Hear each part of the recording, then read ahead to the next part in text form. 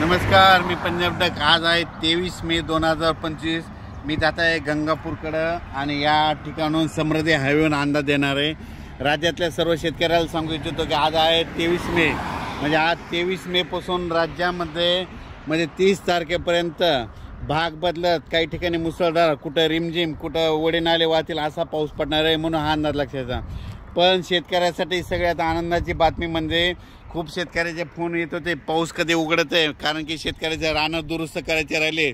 शेतकऱ्याचे आनंदाची बातमी 1 आणि 2 जूनला सूर्यदर्शन होणार आहे, म्हणून खास करून शेतकऱ्याची आनंदाची बातमी।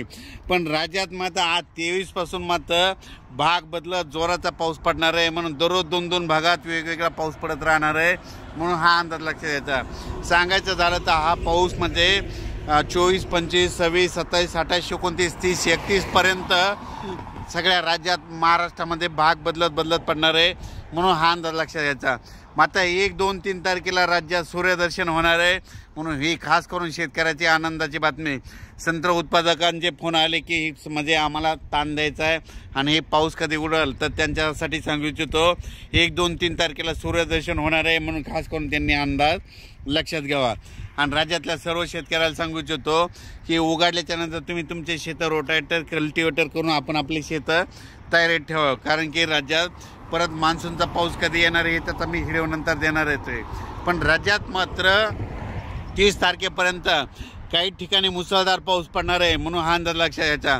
आणि त्या मुसळधार पाऊस जिथं पडणार आहे, तुम्हाला एक सांगू इच्छितो की तो पाऊस सगळ्यात मुसळधार पडणार आहे मुंबईकडे पडणार आहे, म्हणजे मुंबईच्या सर्व जनतेने सतर्क राहण्याचे लक्षात घ्यायचं। त्याच्यानंतर साताऱ्याकडे जास्त मुसळधार पाऊस पडणार आहे, सांगलीकडे पडणार आहे, कराडकडे पडणार आहे, पुण्याकडे मुसळधार पडणार आहे, रायगडकडे मुसळधार पडणार आहे, पुन्हा त्याच्यामध्ये नगर जिल्हा संगमनेर भागाकडे देखील मुसळधार पडणार आहे।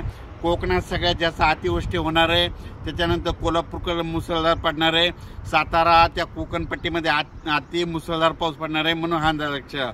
त्याच्यानंतर परत हा पाऊस म्हणजे भाग बदलत पुन्हा मराठवाड्याकडं, विदर्भाकडं असा दररोज वेगवेगळ्या भागाकडे जाणार आहे, पण सगळीकडे 2-2 दिवस मात्र हजेरी लावणार आहे, म्हणून हा अंदाज लक्षात घ्यायचा।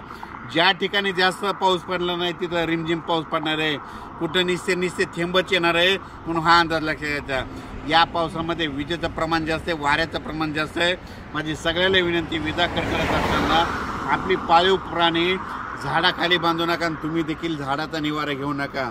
अचानक वातावरणात बदल झाला तर लगेच एक मेसेज दिला जाईल, पण राज्यात मात्र सातारा, सांगली, कोल्हापूर, पुणे, कोकण, नाशिक, मुंबई या भागाकडे मुसळधार अतिवृष्टी देखील होणार आहे, म्हणून हा अंदाज लक्षात। तिकडच्या भागातल्या नद्याला पूर देखील येईल, म्हणून हे त्यांनी लक्षात घ्यायचं।